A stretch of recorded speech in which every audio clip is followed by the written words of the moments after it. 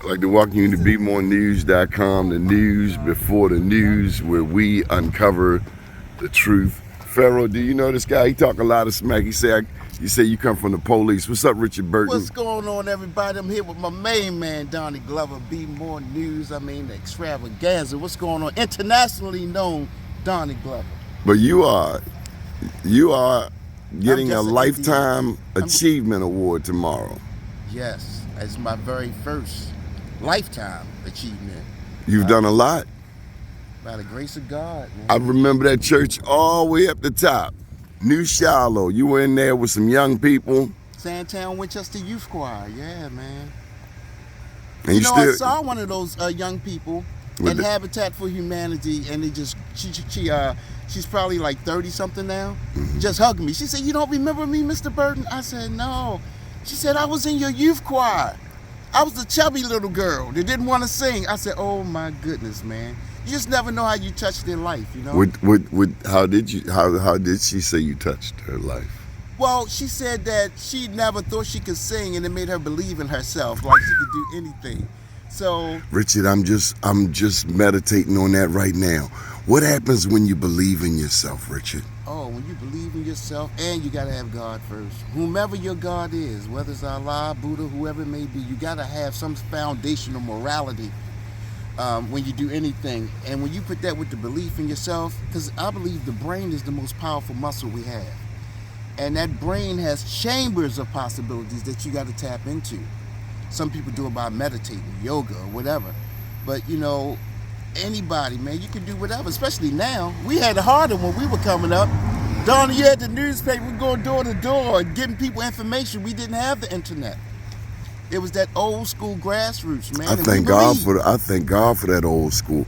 But that believing in yourself, Richard, you believed in yourself. You believe in yourself. Well, you know what, I believe, like, you know, the testament is you and I still here in Sandtown. That means 30 years ago, we believed that this would be a safer place to live. And we stayed. We don't have to be here, but we stayed. Because it's almost like a addict who gets high for the first time and chasing that fix. We still chasing that possibility and belief that this place is going to be better. And that's belief right there, man. You can let it or leave it alone. But to me, that's what it is. Why didn't you leave, Richard? Well, you know what, man? Something about the hood keeps me grounded in my passions. Because I got to wake up every day and see. Whether I see something that makes me write a song, whether I see something that gives me an idea. I can see youth on the corner and say to myself, you know what? What if we had a program for these young people to fix the potholes and teach them asphalt, get them certified? My brain is always ticking, you know, so. And you started some businesses, Admotize. Yeah, man. When we finished The Wire, you know, everybody was investing their money in cars and jewelry. And I saw Puff Daddy at Howard University back when he was promoting Biggie and Lil Kim. They had 5 mobile billboards outside. And I thought that was the most brilliant thing I had ever seen. So belief, right? Here we go, belief. I believed I could do that. So I went and researched who builds them. Had to go all the way down Bushwick, New York, and get the truck made, and was successful at it, you know? You've been a trendsetter, Richard. I've seen others try to replicate what you have done. But you've been an actor, you've been on HBO's The Wire, you've performed this year. Where'd you perform this year? Oh, we just got back from London. For the Quantize 10th anniversary. Oh, Decadence, it was incredible, man. Alongside legends like Barbara Tucker, Crystal Waters, you know, and my boy and I, Randy Roberts, man, we just had a ball. And the love they have for soul music is just so incredible. Baltimore get a lot of love when we go out of town, huh? Oh my goodness. You know, it's funny because it's something, I call it the curse of Billie Holiday. It's something about Baltimore where we always believe someone else's tea is sweeter than our own. We'll go and book acts from wherever instead of getting, you know, Grammy-nominated acts we have right here in our own city.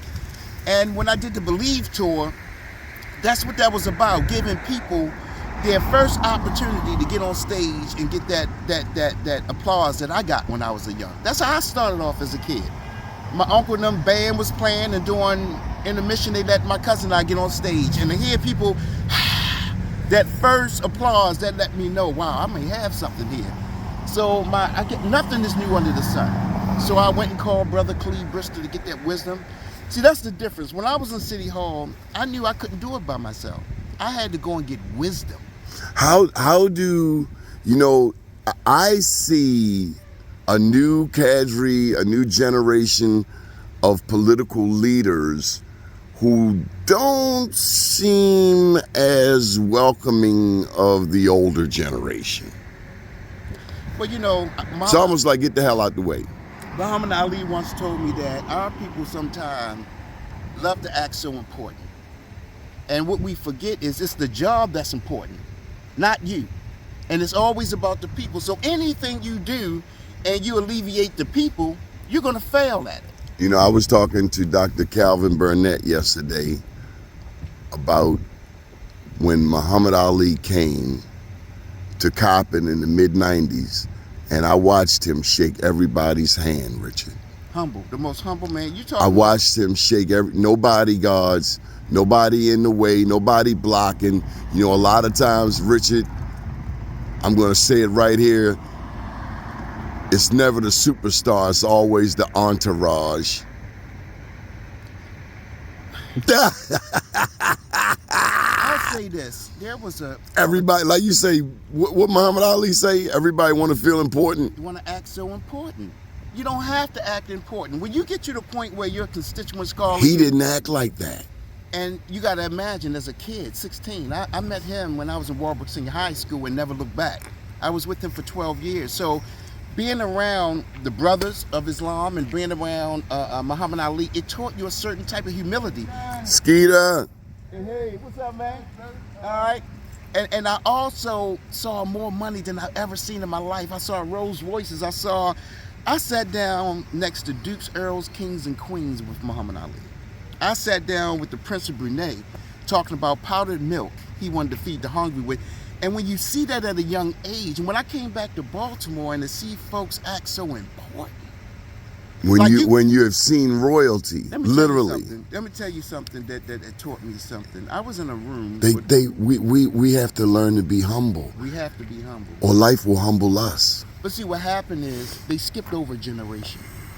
See, the leaders that's supposed to be there now are supposed to be our age, like, with our type of wisdom that learn from some of the old heads and OGs that we learn from.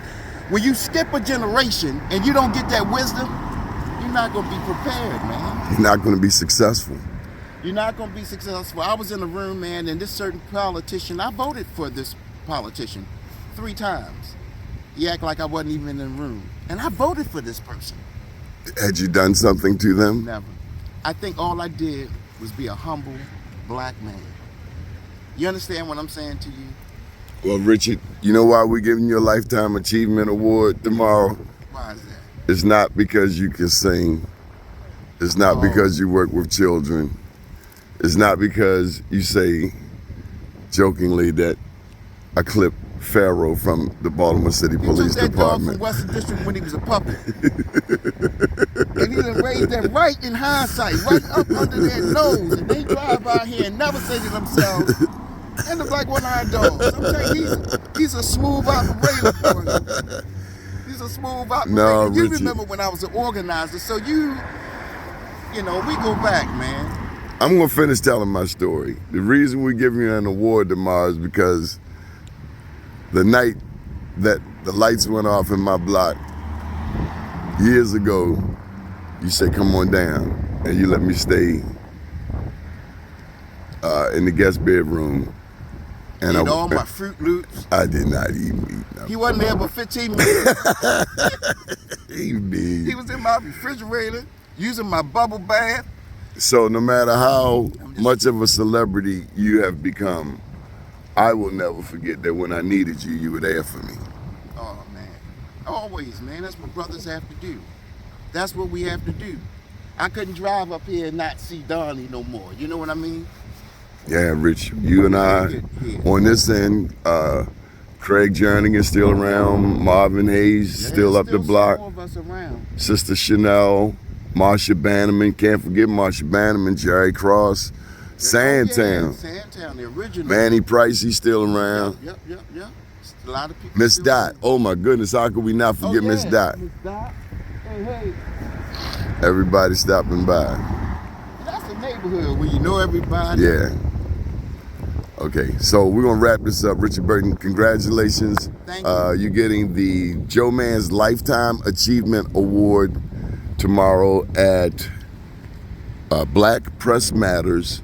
It's at 131 West North Avenue in Kevin Brown's spot, Nancy by Snack. Yeah. Just over top, Yeah. just across North Avenue Bridge. And Billy Murphy, Lieutenant Governor, Boyd Rutherford, Jayne Miller, Wow. They get and one too? Dr. Oh, Zollicoffer, Dr. I'm in good Edie. company. You're in wonderful company. Now you forgot to tell them the time. 3 to 5 p.m. 3 to 5. Keep watching BMOREnews.com, the news before the news, where we uncover The only news for me, baby. the truth.